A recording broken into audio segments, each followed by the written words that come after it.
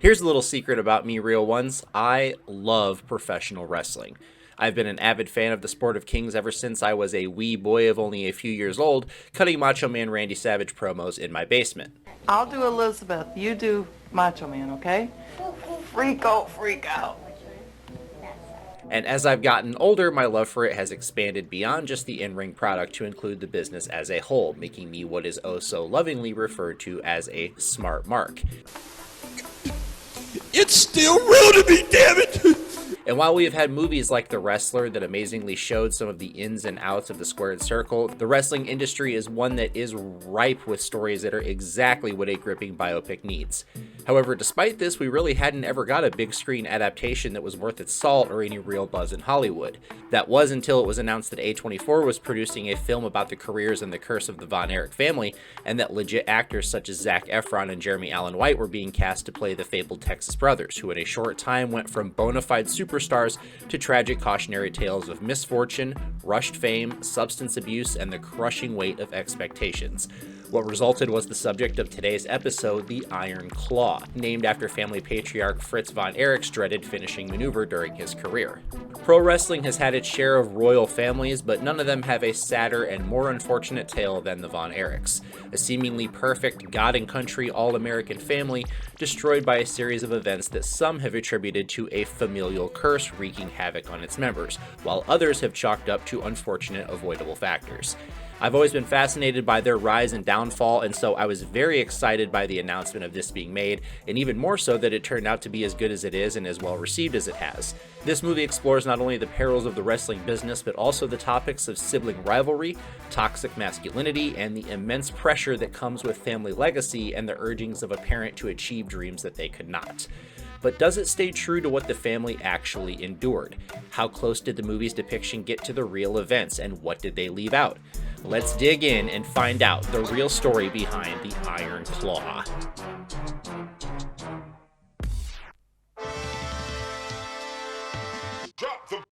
And if you'd like to see me continue being the movie reviewing, coffee brewing, list making, prescription taking, pajama wearing, definitely oversharing son of a gun who's having a hard time holding this anxiety down, make sure you do all the things to all the buttons. Whether you like it or don't like it, sit down and look at it because it's the best. And check out the Patreon too, please, because these things take a long time and I'm sick of my regular job. Please, I don't want to do it anymore. I just want to do this. Thanks.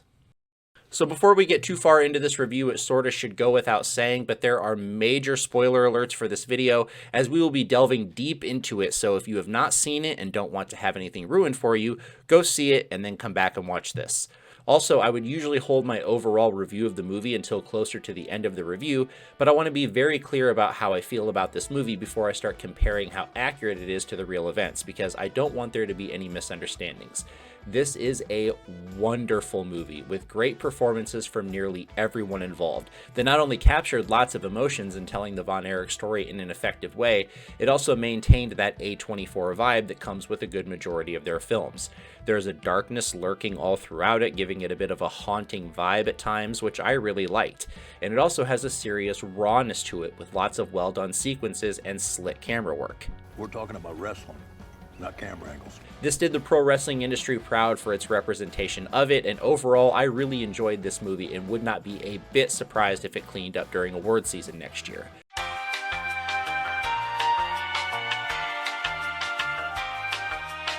However, what we do here is look at the accuracy of the movie versus what happened in real life. It's stupid, but it's my thing now. And like many biopics, this movie does take creative liberties, truncate/alter timetables, and leave some very important things out in presenting this tragic tale. Now, I'm not a rube. I understand that there is only so much that can be fit into a time frame of 2 to 2.5 hours, and even director Sean Durkin lamented that there were some very tough choices that had to be made in what reached the final product. And so ultimately, its only real crime is leaving me wanting more of the story told in this medium. And I think this subject would have been better suited as a season of a TV show where all the important events and characters could be explored further.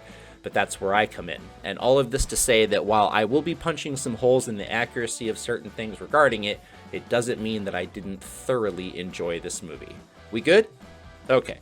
So when the movie begins, we get a short but very well performed shot of Fritz von Erich in the ring absolutely laying into his opponent, which, as you will come to find out, is 100% accurate to his actual in-ring style. And then we see him meeting up with his wife Dottie and sons Kevin and David after the matches, and revealing that he has bought them a brand new car attached to their live-in trailer. He says this was done at the behest of the promoter because he should travel like a top star if he wants to be one, and urging his worried wife that he is almost to the pinnacle, the NWA World Championship, which he assures her is the only way to beat this thing, by being the toughest, the strongest, the most successful, the absolute best, and ensure nothing can ever hurt them again.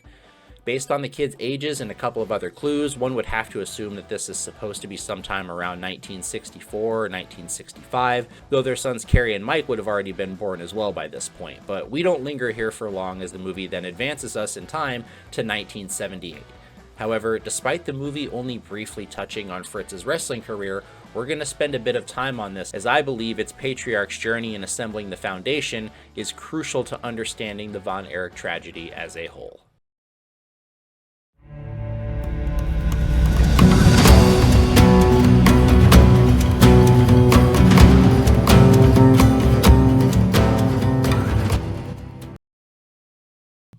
Jack Barton Atkinson was born August 16, 1929, in a small town known as Jewett, Texas, described then as little more than just a railroad stop halfway between Dallas and Houston.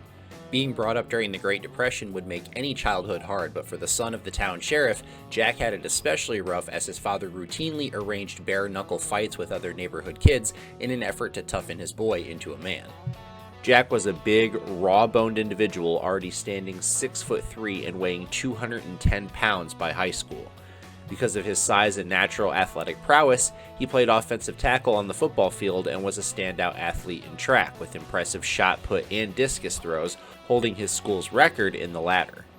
Jack would then attend SMU, where he continued his football playing career, with his main highlight coming in the form of being able to say that he was a blocker for the legendary collegiate running back Doak Walker, but it's undeniable that his place was in track and field rather than the gridiron.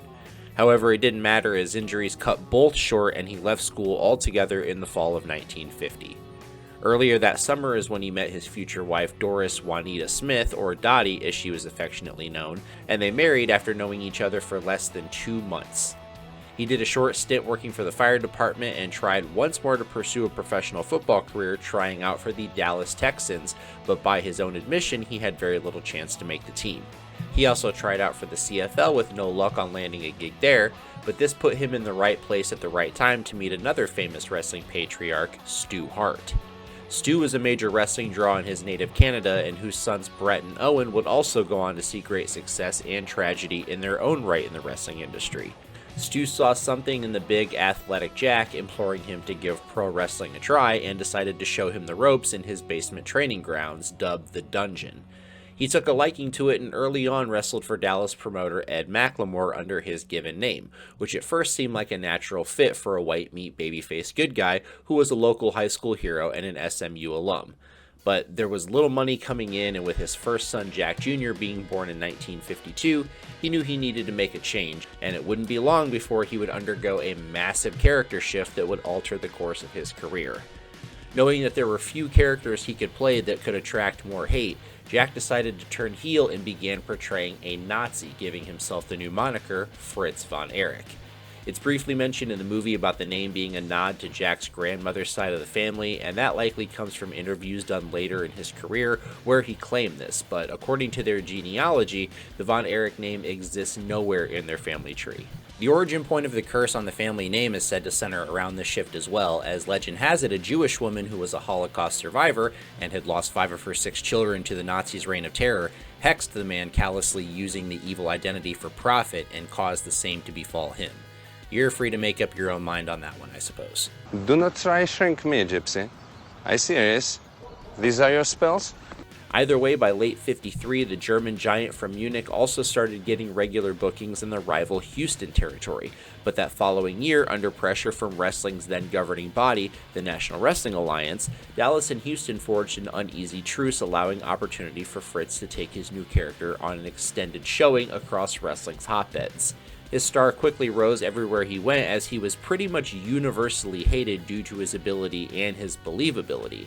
See, while it would have been easy for a Nazi character to turn to a goose-stepping, saluting caricature very quickly, Jack played his character with an understated refinement, and his status as one of the top villains in the industry was solidifying as he drew big crowds throughout the country. His believable in-ring style was notable for its viciousness, and his signature Iron Claw only grew his star as it legit terrified people when he wrapped his massive hand around the cranium of his opponent and squeezed until the man screamed in submission or passed out from the pain. I'm going to crush your head until a slimy ooze comes out of your eyeball. His family was also growing as they welcomed sons number 2 and 3 when Kevin and David were born in 57 and 58 respectively.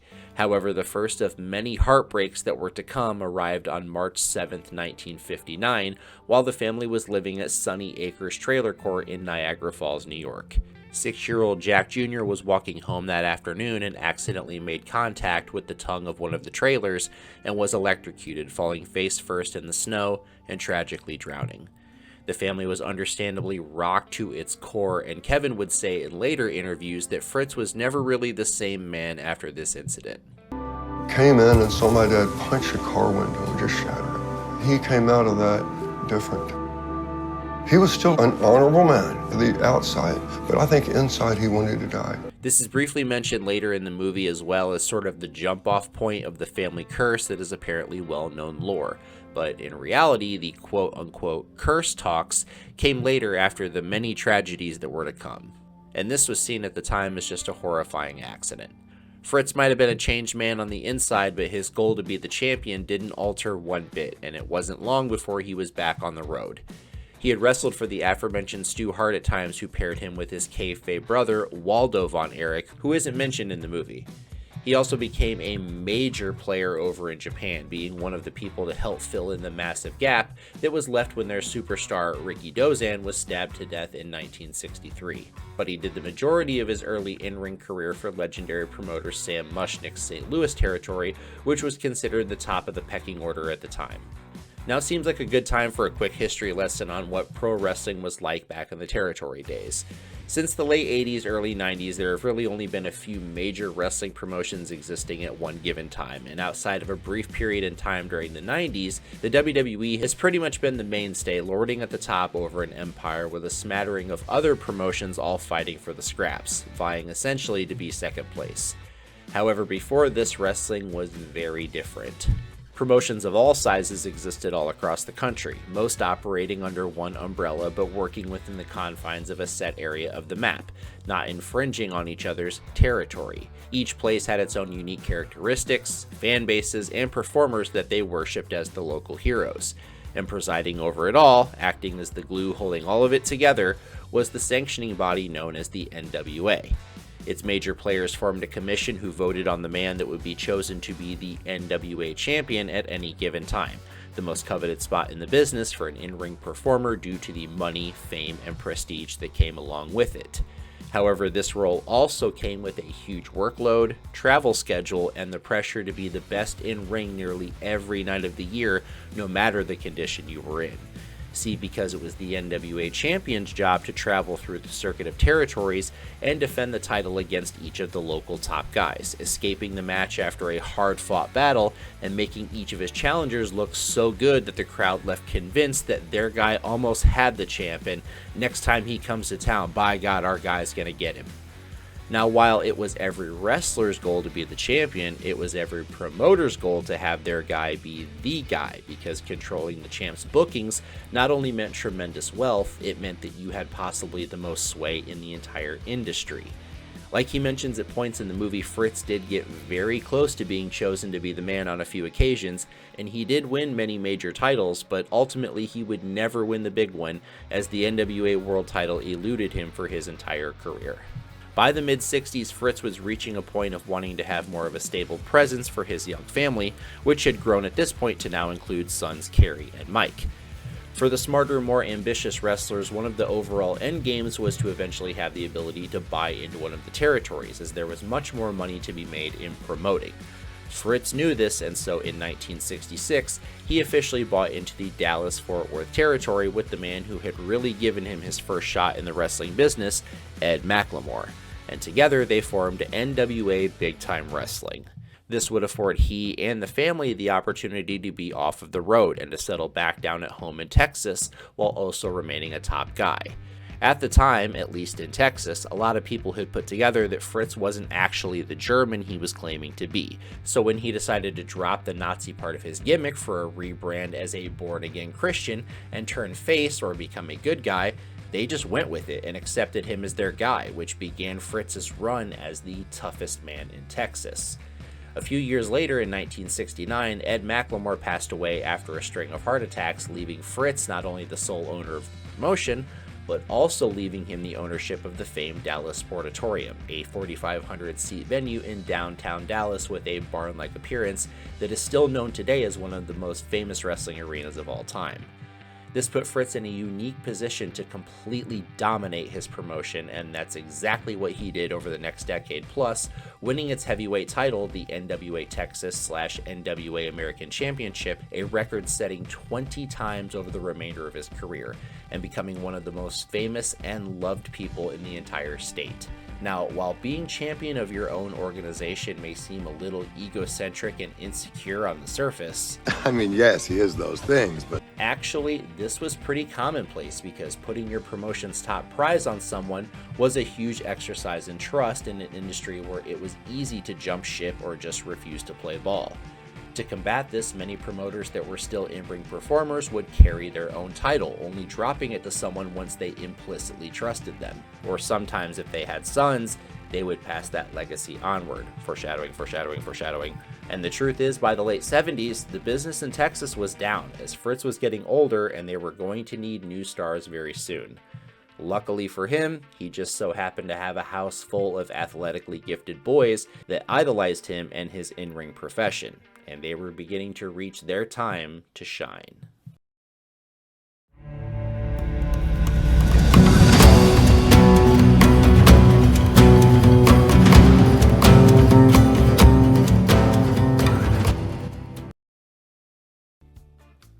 Growing up the child of a professional wrestler during the days when most of them didn't even let their families know it was a work must have been a difficult, some would call it traumatizing, experience.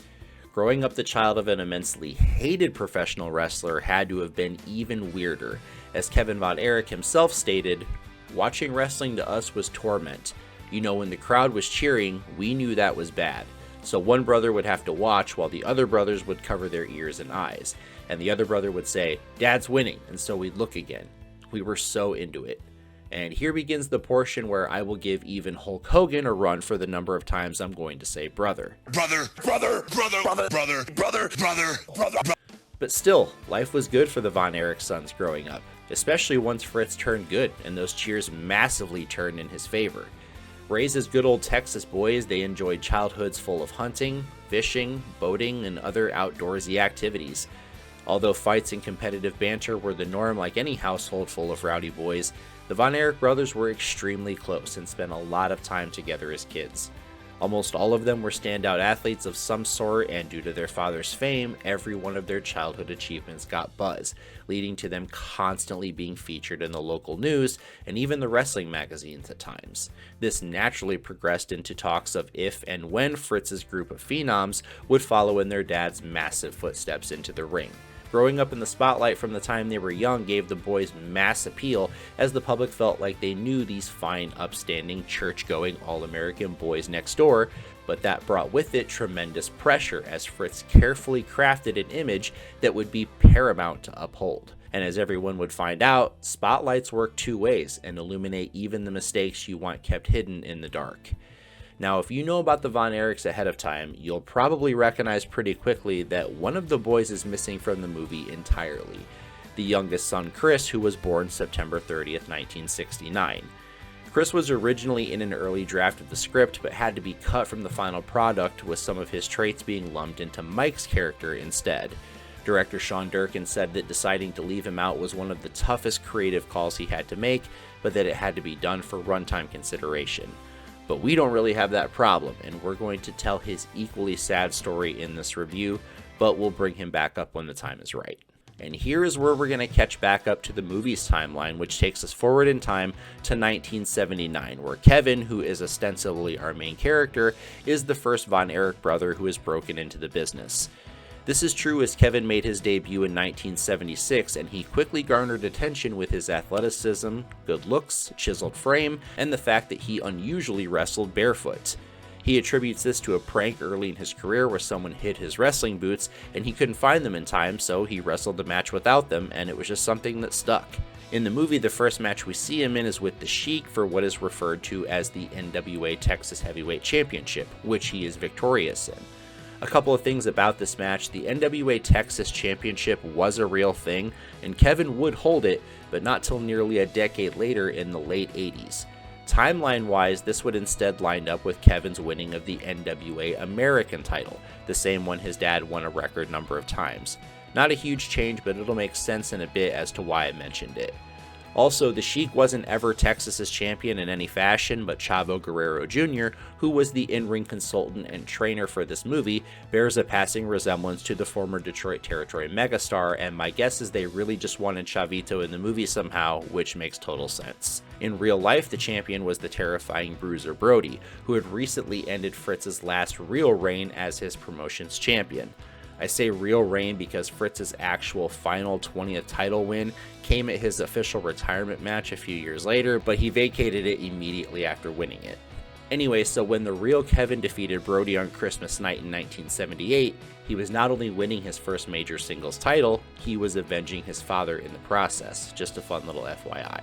Now, while it's true that Kevin was the first of his brothers to enter the squared circle, at first Kevin only wrestled during the summers because at the time, he was a fullback for the University of North Texas and his first choice of career was to pursue pro football. That was until a serious knee injury ended those aspirations and he switched his full attention over to wrestling a couple of years later. The movie pitches Kevin as solidifying his spot as the first Von Erich kid who's going to get picked to hold the belt Fritz never did, when David makes his debut at this point in 1979 as his brother's mystery tag team partner against Bruiser Brody, who we mentioned earlier, and rising star Gino Hernandez. Just as a quick side note, Brody and Gino are also two of wrestling's tragic tales that I could spend a whole nother video on, as they both met untimely ends while they were in their primes, and if you've never looked into either of them, I implore you to check them out as they have fascinating tales as well. Anyway, in reality though, David had debuted back in June of 1977 and was much more of a full-time performer from the start than Kevin, and due to this he established himself quicker than his brother in many ways. For instance, remember that NWA Texas Heavyweight title we were just talking about a minute ago? David was actually the one carrying that title throughout pretty much the entire calendar year of 1979. Sibling rivalry is one of the major themes of this movie, as evident by the kitchen table scene where Fritz literally ranks his kids right in front of them. Now we all know Kerry's my favorite, then Kev, then David, then Mike. But the rankings can always change. Everyone can work their way up or down. Which, by the way, the real Kevin Von Erich said was 100% true, and that everyone knew their established place in Fritz's list. We all knew who was Dad's favorite, second favorite, third favorite. You know, and out here most families aren't like that, but so I get why they changed the timeline a bit, as they wanted to drive home the narrative of Kevin basically getting leapfrogged by David in the pecking order, but in real life, David was pegged as the guy very early on.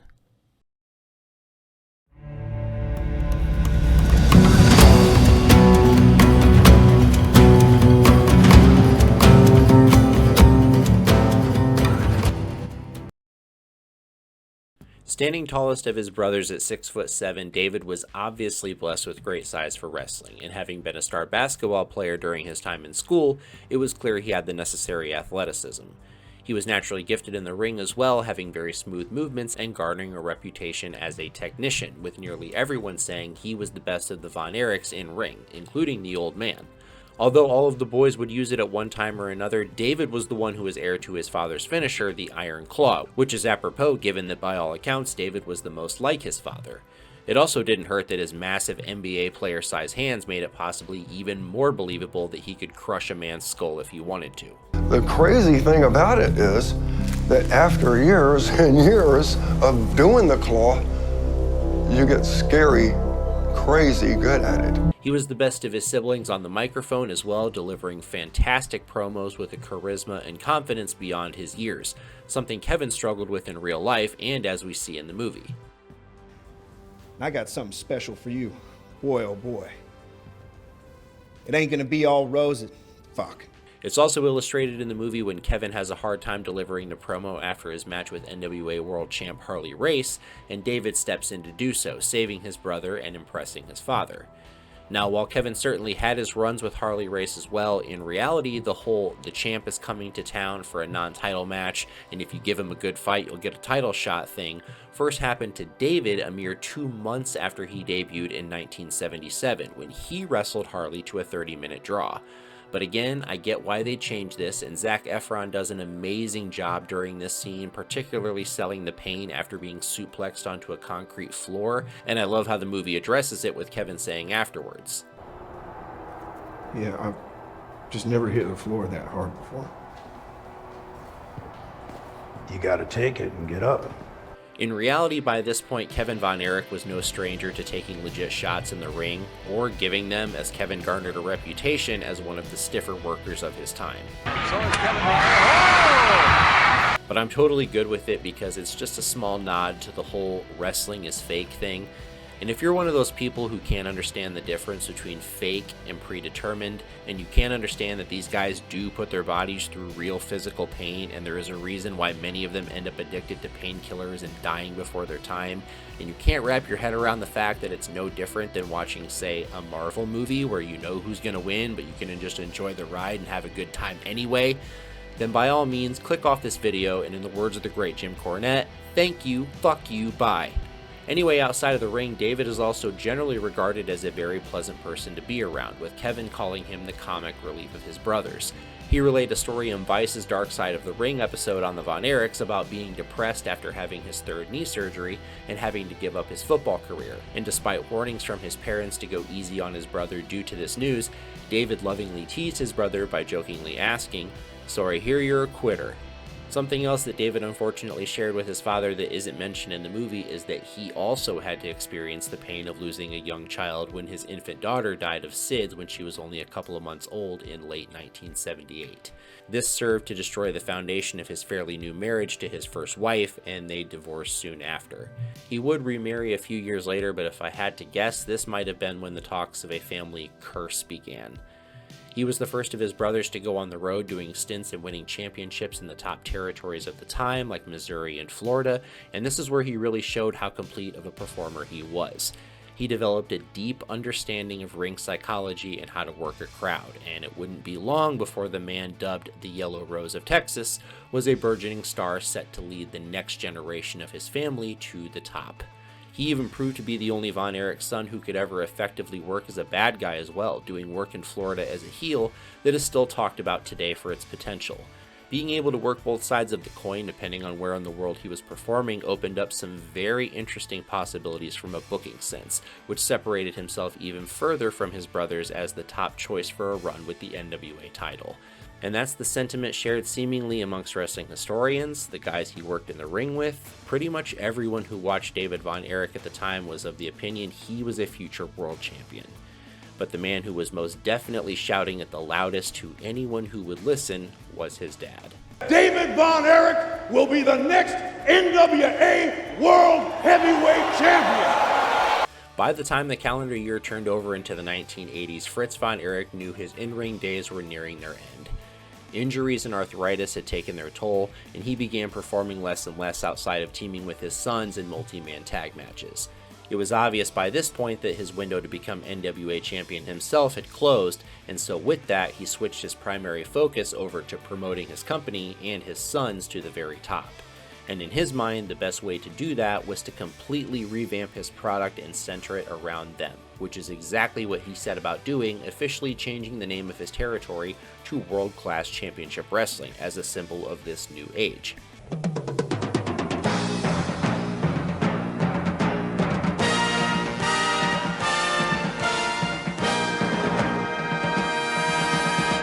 The movie plays a little fast and loose with the timeline of events during this next section, but I'm going to do my best to make it make sense chronologically. In the movie, we see Fritz speak to his promotion's commentator, Bill Mercer, about how well the show was doing and getting offered a nationally broadcasted spot on ESPN. Now, Fritz and ESPN would eventually work together, but it wouldn't be until the fall of 1986, and when it did happen, let's just say it was in a much different context that we will cover a bit later. The actual TV partnership that began at this point was an agreement with the Christian Broadcasting Network on Channel 39 in Dallas, and it would prove to be a game changer. An executive producer there by the name of Mickey Grant had a vision to produce an on-air wrestling show, but to use the considerable production capabilities of the network to present wrestling in a way that had never been done before.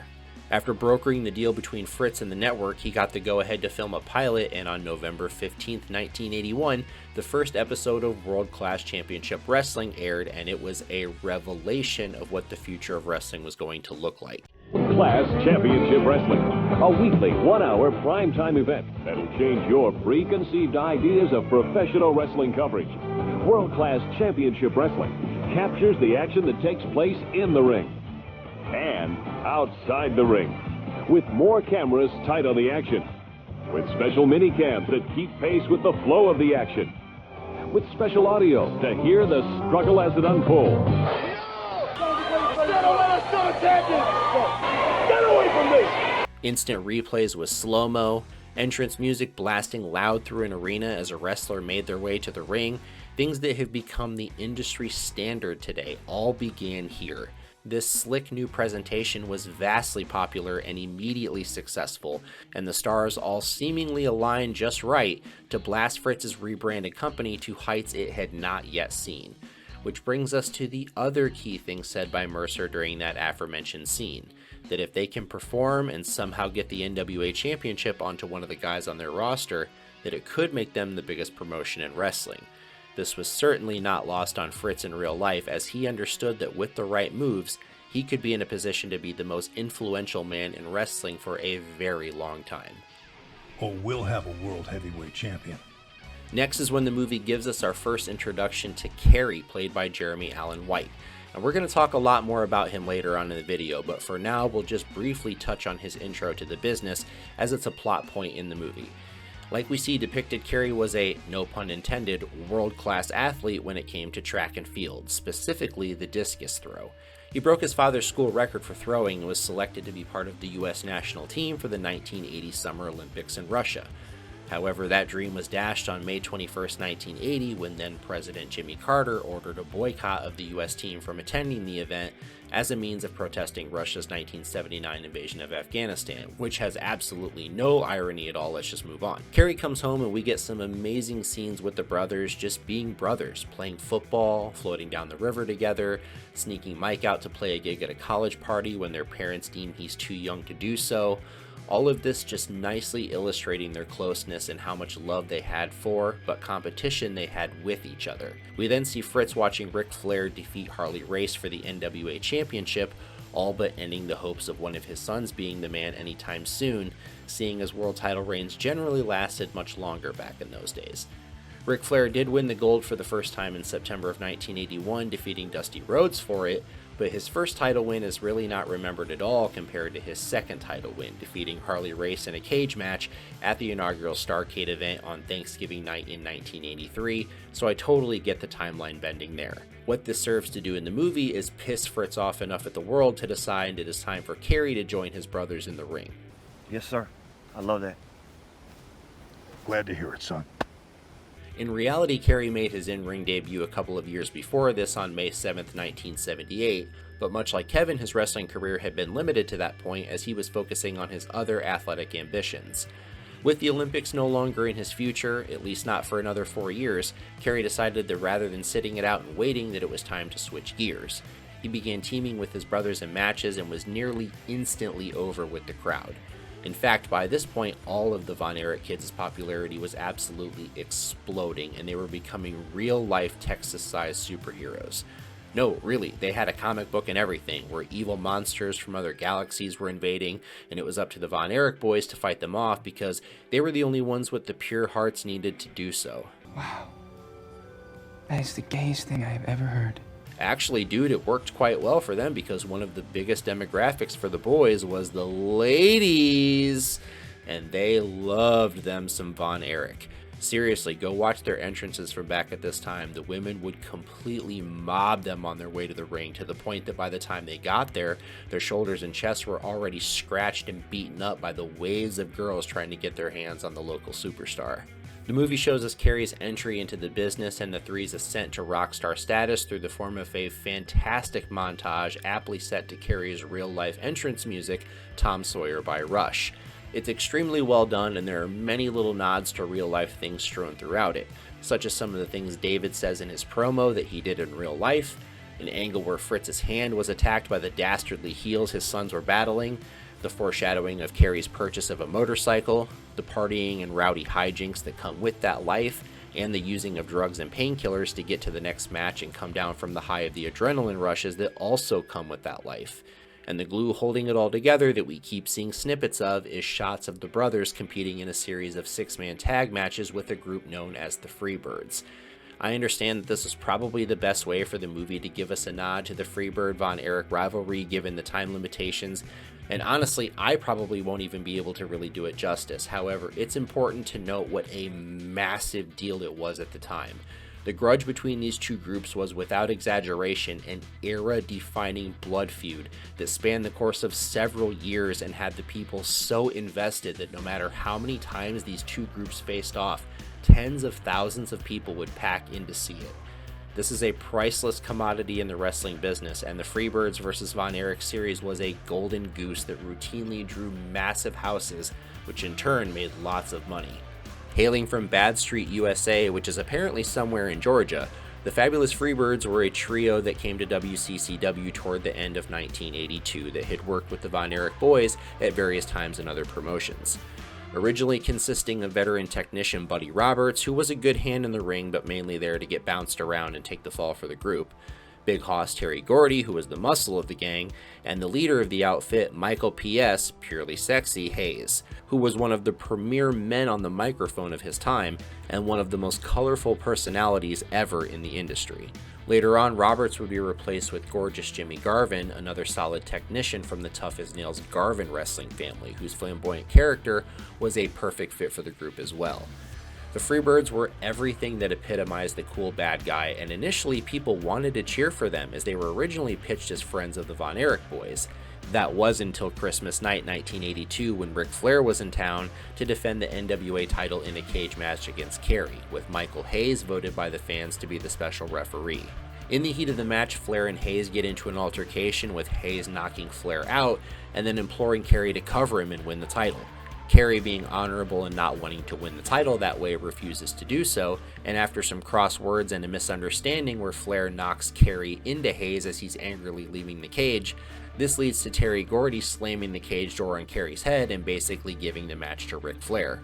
For further context of how shocking this betrayal was, earlier that same evening, David had just stepped up to team with Hayes and Gordy for a 6-man tag match where they were down a man in storyline. This would be the catalyst for the Freebirds to go full bad guys, and soon they would be battling across the country, running down the Von Erich family name at every turn, and even committing the cardinal sin of messing with Texas. Hey, Patrick, what am I now? Stupid?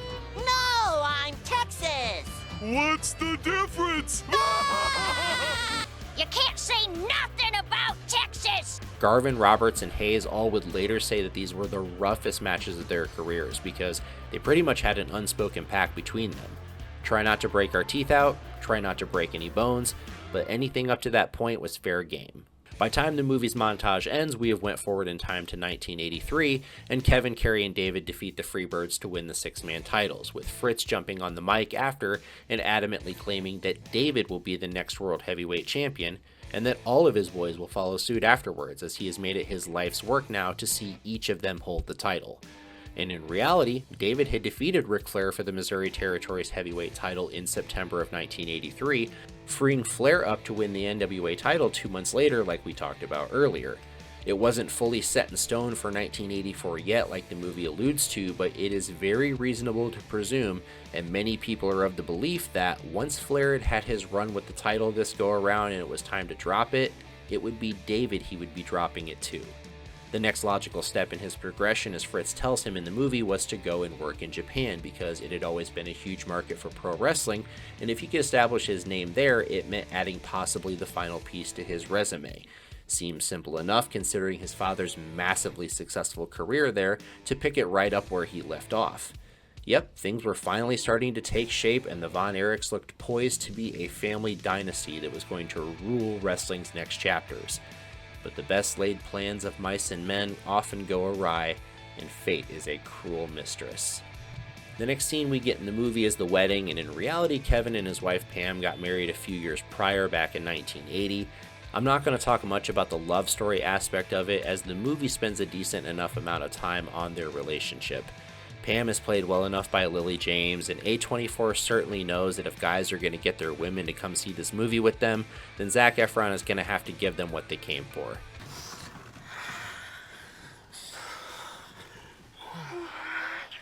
I gotta hit the little girl's room before I soak my panties. It's worth noting as well, since it isn't depicted, that actually all of the deceased Von Erich boys, save for Chris and of course Jack Jr., either were or had recently been married at the time of their passing. But here is where we get the first glimpses of David dealing with some sort of stomach ailment. In real life, Kevin said he first noticed the problem in early February of 1984 during a tag team match in Raleigh, North Carolina. I looked over at Dave and he was white as a ghost. I said, "Dave, what's the matter?" And he said, "I don't know, I feel like I'm gonna fall down." I said, "Stay here in the corner and I'll go work the match. You just stay here."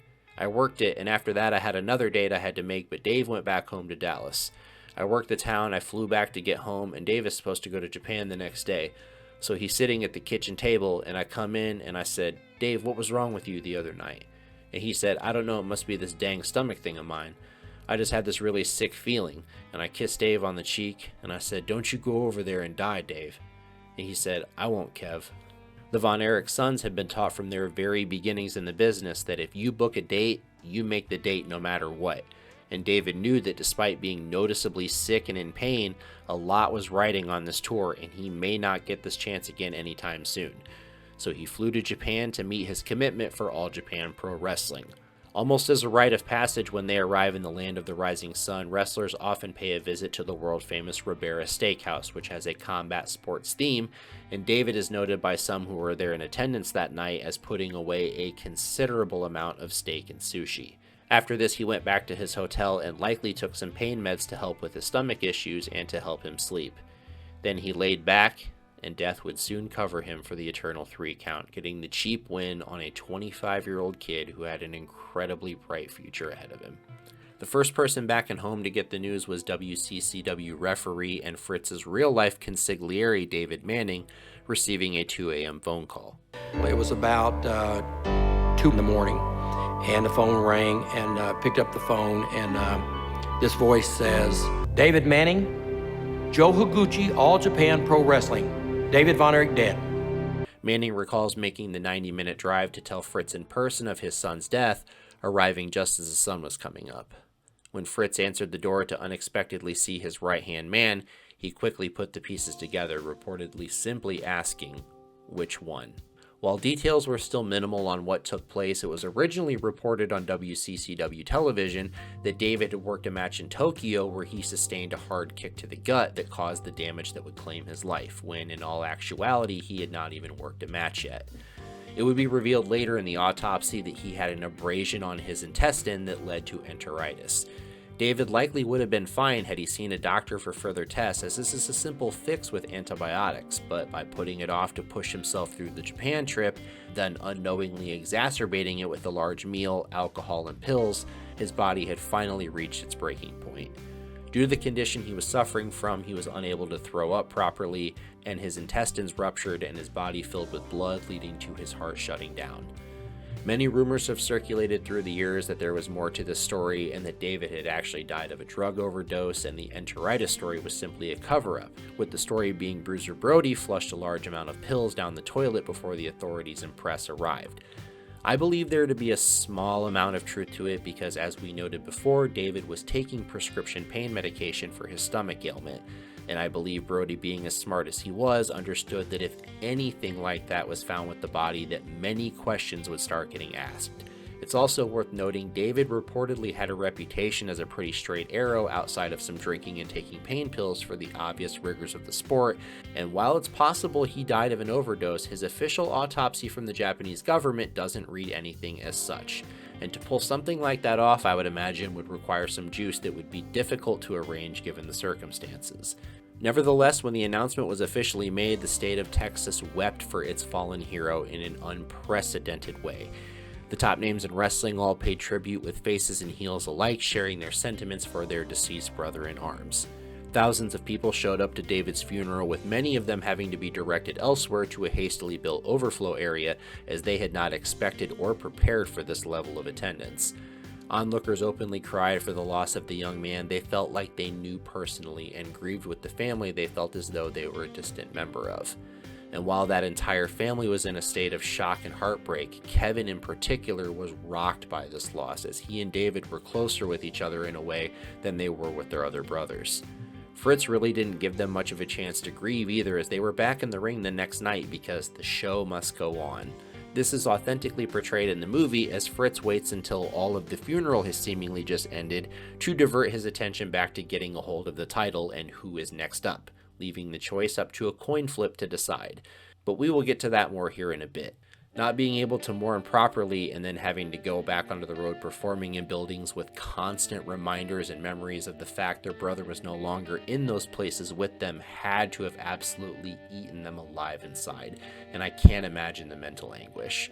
It's not really pertinent to the movie, so I understand why they left it out, but I just happen to find it interesting that David had also raised and sold horses and actually made a really good living for himself just based off of that even prior to wrestling.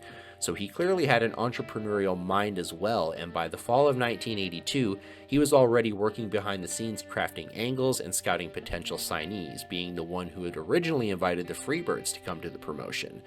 As far as the taking over the family business aspect on the promoter side of things, it's very likely he would have been a top candidate for that spot after finishing his father's story, if you catch my drift. There really is no telling what number of roles David would have ended up fulfilling or number of ways that things could have ended up differently had he not passed away. But the magnitude of effect of his death had on what did happen cannot be overstated enough. Bill Mercer would later say, "It took a few weeks for us to realize it, but that took the heart out of the show. He was the key factor for the Von Erichs." David's passing was without question the thing that started the ball rolling on the demise of a franchise, setting off a chain reaction of events that crumbled a growing empire and cast a massive shadow with a darkness that this family was about to disappear into. That's going to do it for part 1 of this review, folks, but there is much more sadness, tragedy, misfortune, struggle, setback, trial, and tribulation to be had in part 2 of the Von Erich story. So look for that coming out in about a week. Thanks for watching. See you soon.